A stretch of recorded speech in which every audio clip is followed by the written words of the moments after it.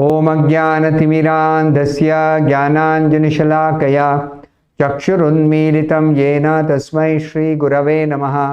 नमः ओं विष्णुपादाय कृष्णप्रेष्ठाय भूतले श्रीमते भक्तिवेदान्तस्वामिन्निति नामिने। नमस्ते सारस्वते देवे गौरवाणी प्रचारिणे निर्विशेष शून्यवादी पाश्चात्यदेशतारिणे। जय श्री कृष्ण चैतन्य प्रभु नित्यानंद श्री अद्वैत गदाधर श्रीवासदि गौरभक्त वृंदा। हरे कृष्णा कृष्ण कृष्ण हरे हरे, हरे राम राम राम हरे हरे। ओम नमो भगवते वासुदेवाय। नारायणं नमस्कृत्य नरं चैव नरोत्तमं देवीं सरस्वतीं व्यासं ततो जयमुदीरयेत्।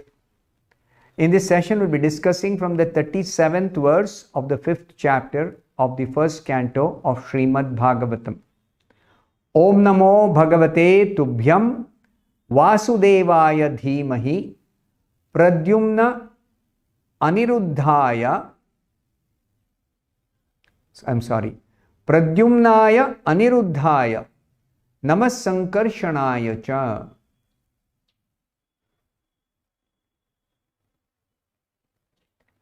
The meaning of this verse is, let us all chant the glories of Vasudeva along with his plenary expansions Pradyumna, Aniruddha and Sankarshana. So, this is a sequel to the previous verse. The previous verse elaborately described that while performing one's duties according to the order of the Supreme Lord Sri Krishna, one is able to remember the Lord's names, forms, qualities, pastimes, etc.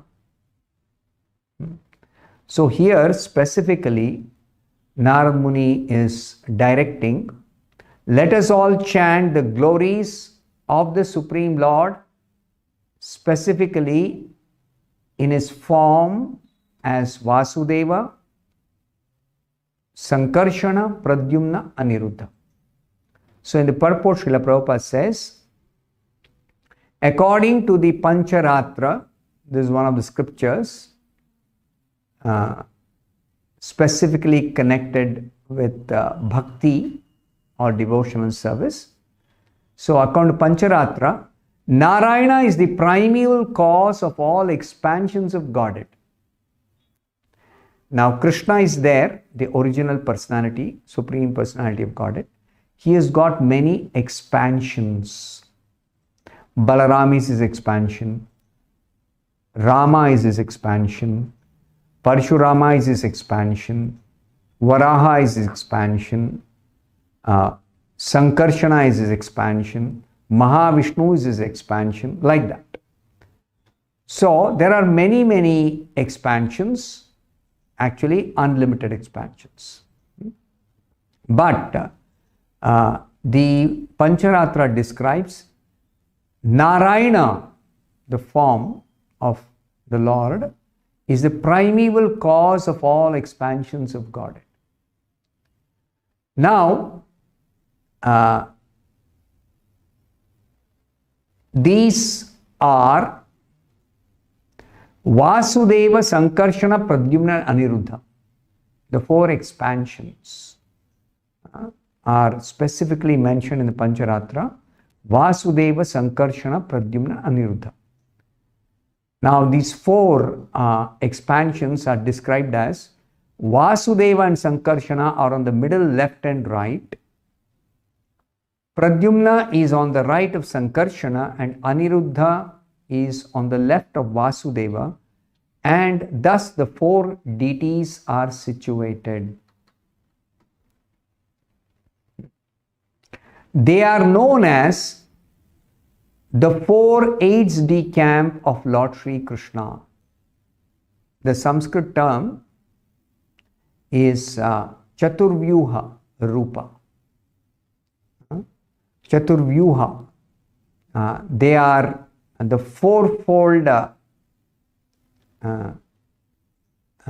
forms expansions of the Supreme Lord. So this whatever Narad Muni has told here, Om Namo Bhagavate Tubhyam. So this is a Vedic hymn or mantra beginning with Omkara Pranava. All Vedic mantras begin with Om. All Vedic mantras. So that Om is actually the Supreme Lord Krishna himself. That is explained in the Bhagavad Gita and all of the scriptures. Omkar is actually another form of Krishna only. The sound representation of Krishna. Thus the mantra is established by the transcendental chanting process, namely Om Namo Dhimahi, etc. Any Vedic mantra begins with Om, and it has got these words in the mantra in order to invoke the presence of the Lord through such chanting. The purport is, now what's the meaning of this whole thing that has been described in this particular verse? Any transaction, either in the field of fruitive work or in empiric philosophy, which is not ultimately aimed at transcendental realization of the Supreme Lord, is considered to be useless. In the Vedas, there are so many recommendations in terms of doing fruitive work. What is fruitive work? Any work done which will give a result of some material benefit. And empiric philosophy is knowledge which will lead to realization of the self. So whether in the field of karma or jnana, which is something which is not aimed at transcendental realization of the Supreme Lord. Ultimately, the goal should always be in every activity, even what is recommended in the scriptures or otherwise. The aim should be transcendental realization of the Supreme Lord. Only that is having a permanent benefit for the soul. Otherwise, any sort of material gain, it is simply a temporary benefit.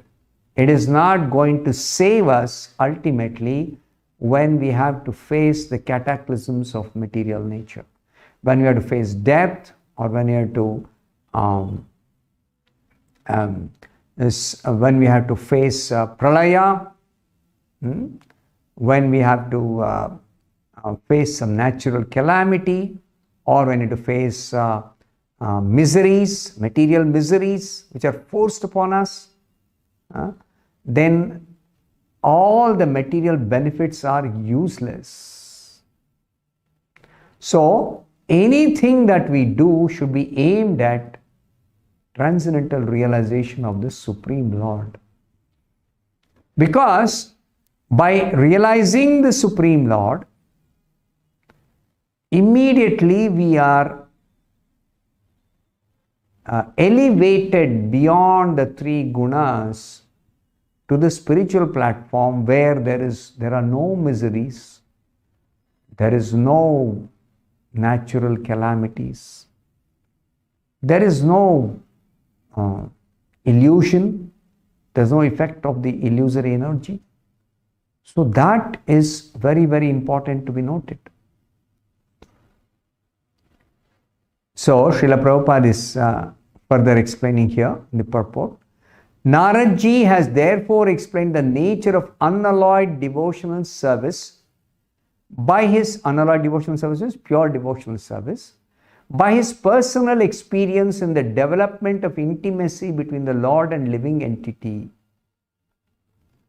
We should not forget, each one of us as spirit soul, we have an intimate, loving relationship with Krishna, the Supreme Personality of Godhead. It's already there. It's eternally there. It is not some new relationship we have to discover or establish. No, it's eternally there. It always exists. And therefore, this is so important to understand that the nature of pure devotional service is that one can develop this intimacy of one's relationship with Krishna by a gradual process of progressive devotional activities. This is what Narad Muni has been explaining in the several verses, which is instructing to Vyasadeva. Such a progressive march of transcendental devotion for the Lord culminates in the attainment of loving service of the Lord, which is called prema. That is what Chaitanya Mahaprabhu is teaching us. Krishna prema as the ultimate goal of all processes. Ultimate goal of all processes, Krishna prema. And this Krishna prema is to be experienced in different transcendental variegatedness called rasas or tastes. It is not something which is stereotyped, hackneyed,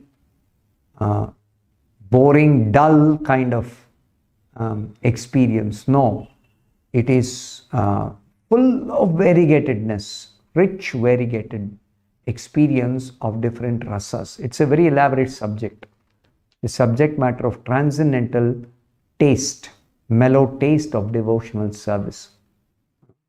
Such devotional service is also executed in mixed forms, namely mixed with fruitive work or empiric philosophical speculation. So there is pure devotional service and there is mixed devotional service. What's the difference? So Srila Prabhupada says that we should aim for pure devotional service and we should not be settled down for mixed devotional service. For example, it's been explained already earlier in the second chapter of this first canto, but I'll just briefly mention. Just like somebody performs devotional service with the aim of getting some material gain. That material gain could be something very, very pious. It may not be something sinful. But still, such material gain being the aim of performing devotional service as recommended in the Bhagavatam, that will make it mixed devotional service. Or somebody performs devotional service with the aim of merging into the existence of the Supreme. These are called karma mishrita bhakti and jnana mishrita bhakti. These will never satisfy the soul. These will never be permanent. They are all temporary results. They may give some temporary satisfaction, some temporary happiness, some temporary effects may be there, but they will not be eternally lasting. We should always remember that as spirit soul, we are always looking for eternal happiness full of knowledge and transcendental bliss. That's what we're looking for. We are hankering for that. That is our constitutional position. That's our natural position. But anything short of that is never going to be satisfying ultimately. So, Suta Goswami has already explained, Savai pumsam paro dharmo yato bhakti radhokshaje ahaituki apratihata yayatma suprasidati. What will satisfy the soul completely? Only if devotional service is pure, unmixed with karma and jnana. Even Rupa Goswami's definition, Acharya's definition of pure devotional services, jnana karmadi anavritam, devotional service which is free from the mixture of jnana and karma. So such pure devotional service is being explained here. I'll stop here. Thank you very much. Hare Krishna.